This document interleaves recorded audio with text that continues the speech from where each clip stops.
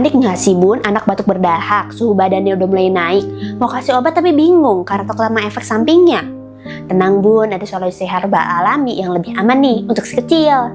Ini nih, Hausau Powder, obat herbal alami yang bantu meredakan batuk berdahak disertai demam pada si anak. Satu kalengnya itu berisi 10 botol. Diminum dari usia 1 tahun ke atas, 2 kali 2 botol sehari.